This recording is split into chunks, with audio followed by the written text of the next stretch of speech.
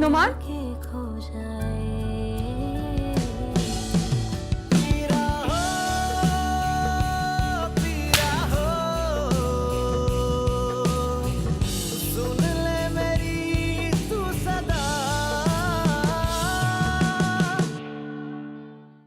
जब वो लड़की लाखों रुपए और जेवरात हड़प कर सकती है तो कुछ भी कर सकती है।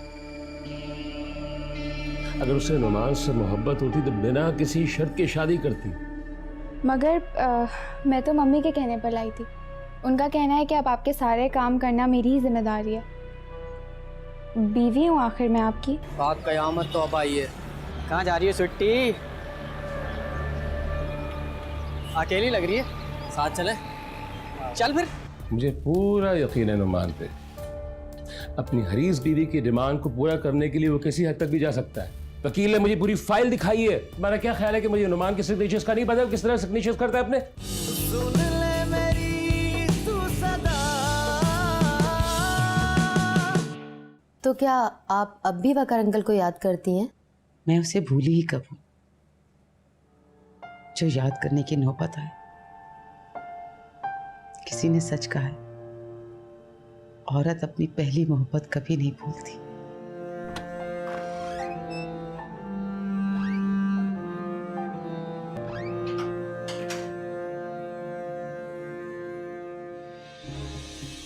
मैं चाय बना के लेकर आती हूँ। हाँ ठीक है।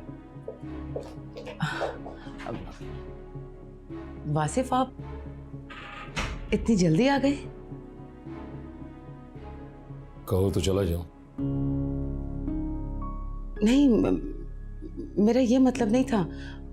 असल में आपकी ये रूटीन नहीं है ना। रूटीन? इस घर में रूटीन पे अमल करता कौन है? तुम या तुम्हारे बच्चे?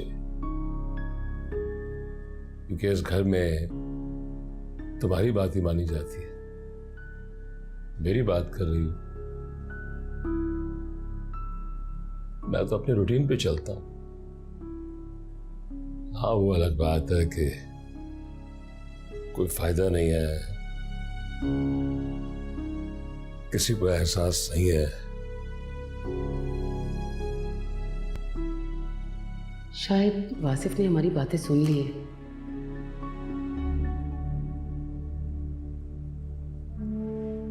बकार की याद में खो गई नायला। जिंदगी मेरे साथ गुजारी है और यादों में उसको बसा के रखा हुआ है।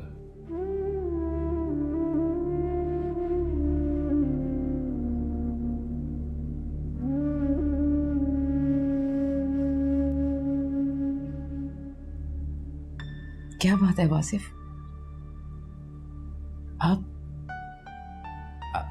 आप कुछ परेशान लग रहे हैं। कहीं तो खाना लगाऊं?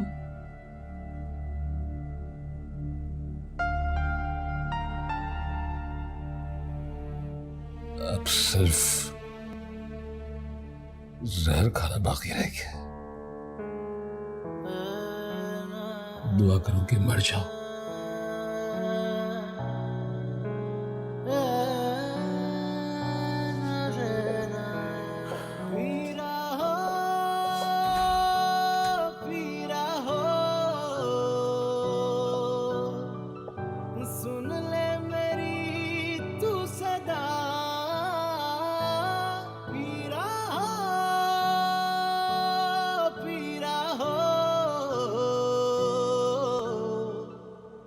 देखा बेटा, मैंने कहा था ना, खुदा के घर में देर है देर नहीं।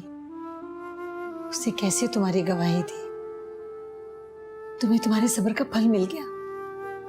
नहीं अम्मी, मुझे अब तक मेरे सब्र का फल नहीं मिला, क्योंकि मैं अपने शौहर के दिल से बहुत दूर हूं। उनकी नजरों में मेरी अब भी कोई औकात नहीं है। हो जाएगा बेटा, बहुत जल्द हो जाएगा। तुम देखना, तुम्हारे शौहर के दिल में तुम्हारी जगह बन जाएगी। मासूमा, तुम्हारी मंजिल अब ज्यादा दूर नहीं है बेटा। बेटा, बुराई ज्यादा देर तक नहीं फलती फूलती। बुरा करने वाले जल्दी अपने अंजाम को पहुंच जाते हैं। अब देखो ना वासिफ और नाइला का क्या हाल है। अरे लोगों से मुंह छुपाते फिर रहे हैं। इन शादी के दिन जिनकी जवान लड़की घर से भाग गई हो, इससे बड़ी और क्या जिल्लत की बात हो सकती। और अब जो नुमान ने घपले किए ना सारे कारोबार में, वो भी रफ्ता रफ्ता सब सामने आ रहा है। बीबी बिल्कुल ठीक कह रही मासूमा, तुम फिक्र मत करो। फौजल नुमान को भी ठोकर लगने वाली है। अरे बहुत बड़ी ठोकर होगी। वासिफ ने साफ कह दिया है, अगर मेरे पैसे नहीं दिए तो तुम दोनों को घर से निकाल दूंगा। और वो बेनिश पैसों की लालची औरत, अरे वो तो ठोकर मार के चली जाएगी, देखना जरा। छोड़ो, दफा करो इन सबको। मैंने खाना लगा दिया, चलो चल के खाना खा लो। आप जाइए बीबी, हम आ रहे हैं।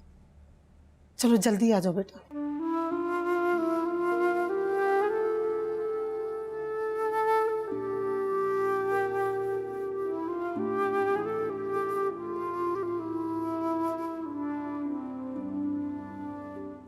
तुम उस दिन के बाद अचानक गायब ही हो गई। 2 दिन तक तो मैं घर से बाहर ही नहीं निकली। क्यों? शायद तुम्हें अपने हस्बैंड की दूसरी शादी से शौक पहुंचा। शौक तो नहीं, मगर दुख जरूर हुआ था। उस इंसान के साथ मैंने 3 साल गुजारे। जो कहता था मैं करती थी। वो कहता था घर से बाहर ना जाओ, किसी से मिलो नहीं, शॉपिंग पे मत जाओ। घर में कैद होकर रह गई थी मैं, मगर उसका सिला मुझे क्या मिला। एक दिन उसने मुझे ये कहकर डिवोर्स कर दिया कि मैं एक गैर जिम्मेदार और बेहिस औरत हूँ। मैं बहुत रोई, गिड़गिड़ाई, हाथ जोड़े कि प्लीज मुझे डिवोर्स मत करो, तुम जैसा कहोगे मैं करने के लिए तैयार हूँ। मगर वो नहीं माना। माजी में जिंदा रहने वाले कभी भी मुस्तकबिल के सीने पे कदम नहीं रखते। भूल जाओ उन यादों को, उन चेहरों को जो तुम्हारे दुख का सबब बनते हैं। क्या तुम्हारी कजन की लव मैरिज थी? नहीं, वो कभी भी लव मैरिज नहीं कर सकती क्योंकि वो बहुत प्रैक्टिकल है। ये अरेंज मैरिज थी। हाँ, ये अरेंज मैरिज ही हो सकती है क्योंकि समीर की माँ को हमेशा से मिडिल क्लास घर गृहस्थी वाली बहू चाहिए थी। खैर लिव इट, चलो खाना ऑर्डर करते हैं।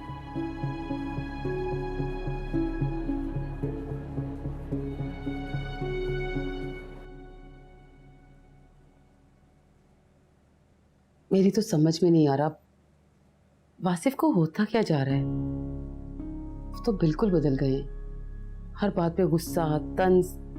वो पहले ऐसे नहीं थे और मेरे साथ तो बिल्कुल भी नहीं। मुझे लगता है अंकल को भी भड़का रहा है, कान भर रहा है। और आपकी जेठानी और मासूमा पे मुझे पूरा शक है। देखने में तो बिल्कुल मासूम लगती हैं, मगर हैं पूरी मिसनी। मुझे तो ये लग रहा है कि जैसे वासिफ ने हमारी बातें सुन ली है, वरना वो किसी के भड़काने में नहीं आने वाले, और मेरे मामले में तो कभी भी नहीं। अरे नहीं आंटी, ऐसी बात नहीं है। मैं सामने ही तो बैठी थी, काफी देर बाद आए थे, हमारी सारी बातें खत्म हो चुकी थी। अच्छा।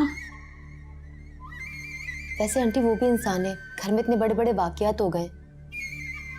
हाँ, सारा शादी से एक दिन पहले घर छोड़ के चली गई और नुमान की वजह से कारोबार को कितना धचका पहुंचा।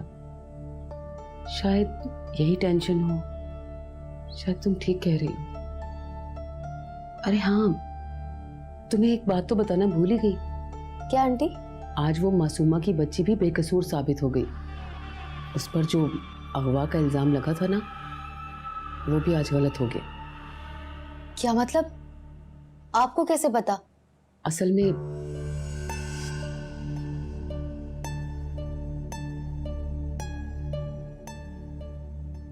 नुमान को पता है ये?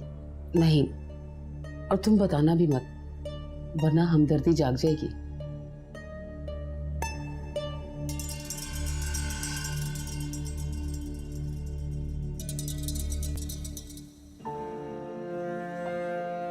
मुझे तो मोहब्बत करना सिखाया ही वकार ने था।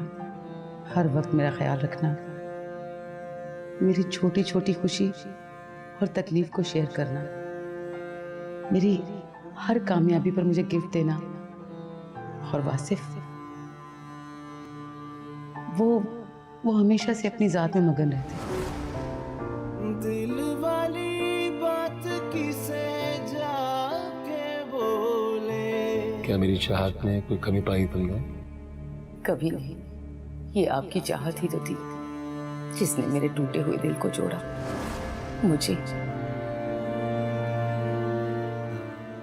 मुझे जिंदगी से प्यार करना सिखाया। राज हिया तो राज खोले, झूठ बोले हंस के जुबान।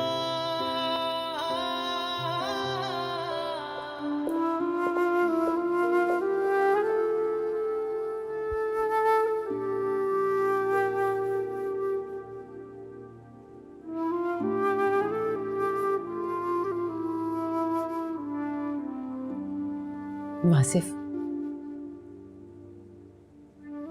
मैं जानती हूँ आप बहुत परेशान हैं, मगर आप हिम्मत ना हारें। मैं हूं ना आपके साथ।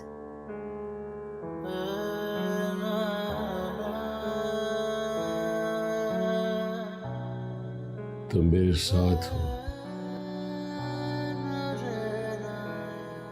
आज तक मैं भी यही समझता था, लेकिन तुम तो हकीकत से मुंह चुरा कर भाग रही हो।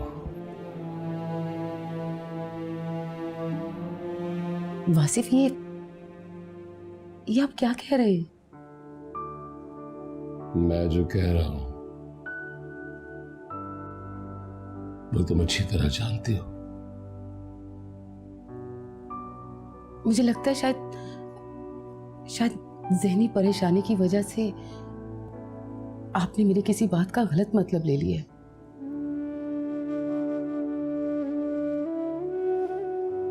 और मैं भला क्यों छोड़ने लगी आपका साथ?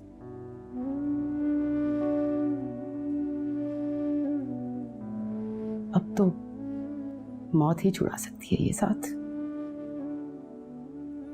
मत जताओ झूठी मोहब्बत मुझसे।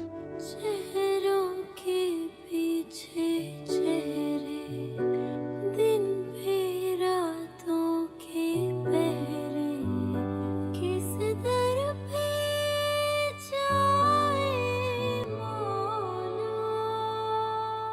उफ, कितने दर्दनाक वाकयात हैं ये।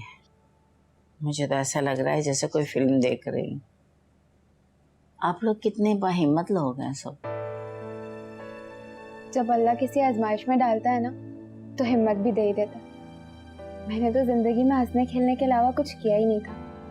घर से बाहर की दुनिया क्या होती है ये तो मुझे पता ही नहीं था। मगर एक वक्त आया जब मैंने ही सारी जिम्मेदारियां संभाली। औरत को ऐसा ही होना पड़ता है बेटा, घर में औरत और बाहर मर्द। ये दौर ही ऐसा है कि अपना हक हासिल करने के लिए उसको ऐसा करना ही पड़ता है। मगर आपने देखा ना, मेरी हिम्मत और मेरी बहादुरी भी एक दिन हार गई दुनिया के मकारियों के आगे। मैंने हर तूफान का सामना किया, मगर बात जब मेरी इज्जत पे आई तो मैं जैसे भरभरी रेत की तरह ढह गई। तुम सच कहती हो बेटा, जब एक औरत तूफान की तरह मर्द के सामने खड़ी हो जाती है ना, तो उसे कुछ नहीं सोचता। वो बस औरत की कमजोरी को अपने हाथ में ले लेता है और उसकी इज्जत पे हाथ डाल देता है। और यही एक मुकाम होता है जहाँ मजबूत से मजबूत औरत भी कमजोर पड़ जाती है। शायद इसीलिए मैं कुछ ना करके भी मुजरिम बन गई। छोड़ो बेटा इन बातों को। अल्लाह को यही मंजूर था कि तुम यहाँ पर आओ, इसीलिए तुम्हें इसे इम्तिहान में डाला था। इस घर को एक बेटी मिल गई और दोबारा से इस घर को एक खुशी।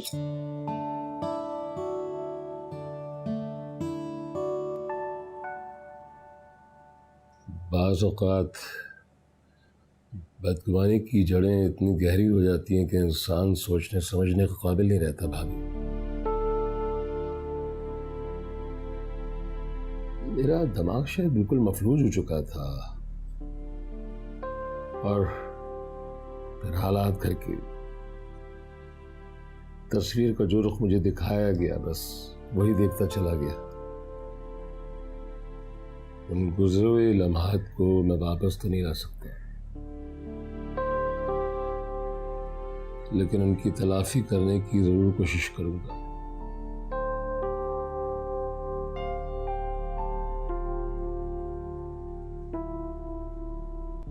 मुझे अंदाजा है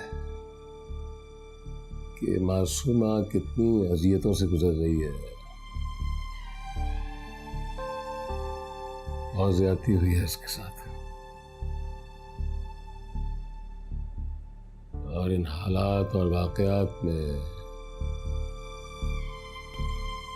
इन तमाम चीजों का कसूरवार सबसे ज्यादा मैं अपने आप को समझता हूँ।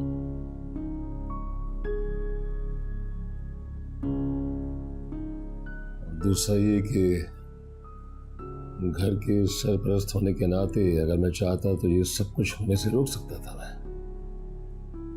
जब तक देर ही साथ ना दे तो इंसान से गिला शिकवा करने से क्या हासिल। हो सकता है कि सारी आजमाइशें हमारे नसीब में लिखी हों। इंशाअल्लाह मासूमा को इसका हक मैं दिला के रहूंगा।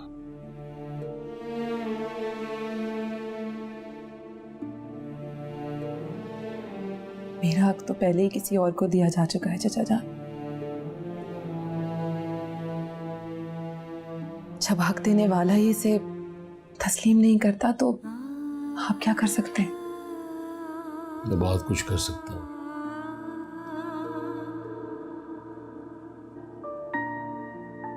थोड़ा सब्र करो, देखती जाओ।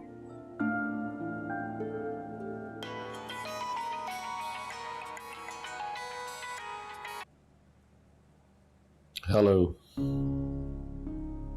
जी जी जी जनाब।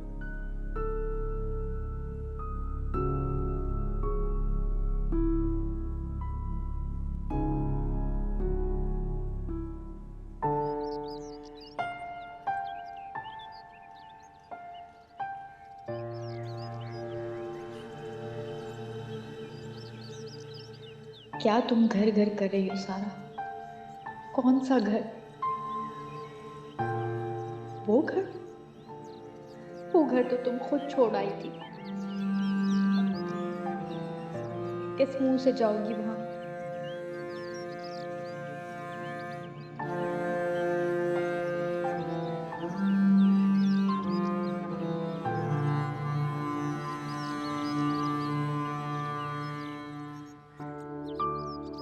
और क्या अब वो लोग तुम्हें कबूल करेंगे?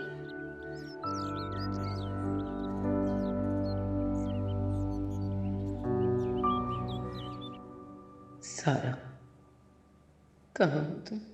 क्या तुम्हें माँ की याद भी नहीं आती?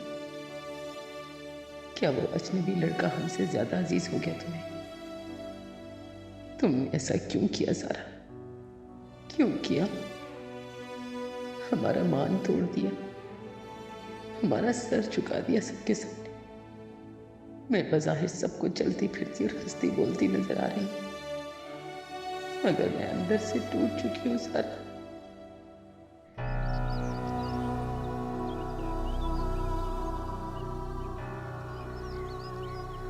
कौन हो तुम? हमारे दरवाजे के आगे क्या कर रही हो? नहीं नहीं, वो मैं। अच्छा, लगता है चोर हो। चोरी करने आई हो ना? नहीं नहीं, आपको कोई गलत फहमी हुई है। गलत फहमी हो ही नहीं सकती। आजकल यहाँ रोज चोरियां हो रही हैं। लगता है वही चोर हो तुम। मैं अभी पुलिस को बुलाती हूँ, रुको तुम। पुलिस? कहाँ जा रही हो? मैं भी पुलिस को बुलाती हूँ। अरे रुको, कहाँ जा रही हो तुम? रुको।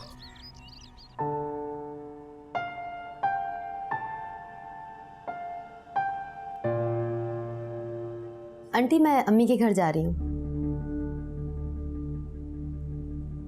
नुमान भी जा रहा है क्या? नहीं, नुमान तो सो रहे हैं। और वैसे भी मैं रुकने के लिए जा रही हूँ, 1 हफ्ते बाद आऊंगी। ठीक है।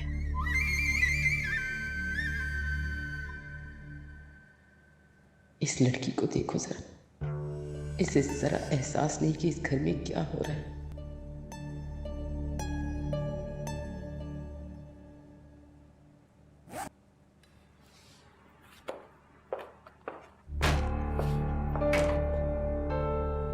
नुमान, क्या है ये? मैं पूछता हूं क्या है ये सब कुछ? क्या हुआ बाबा?